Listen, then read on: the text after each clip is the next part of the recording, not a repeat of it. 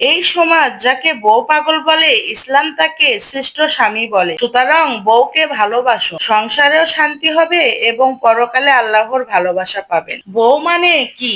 আপনার সুখ এবং দুঃখের সাথী। বউ মানে হচ্ছে আপনার ভালোবাসার জায়গা, আপনার অর্ধাঙ্গিনী। বউ মানে হচ্ছে আপনার অভিমানের জায়গা, যাকে ধমক দেওয়া যায়, আবার সেই সাথে তাকে বুকে জড়িয়ে আদর করে ভালোবেসে বুকে জড়িয়ে নেওয়া যায়। বউ মানে মায়া, বউ মানে ভালোবাসা, বউ মানে হচ্ছে যার কাছে সবকিছু শেয়ার করা যায়, যা পরিবার কিংবা বাবা মা ভাই বোনের সাথেও শেয়ার করা যায় না। বউ মানে গোপনে যত্ন করে বুকে রাখা এক নারী। ভাগ্যবতী নারী কাকে বলে জানেন?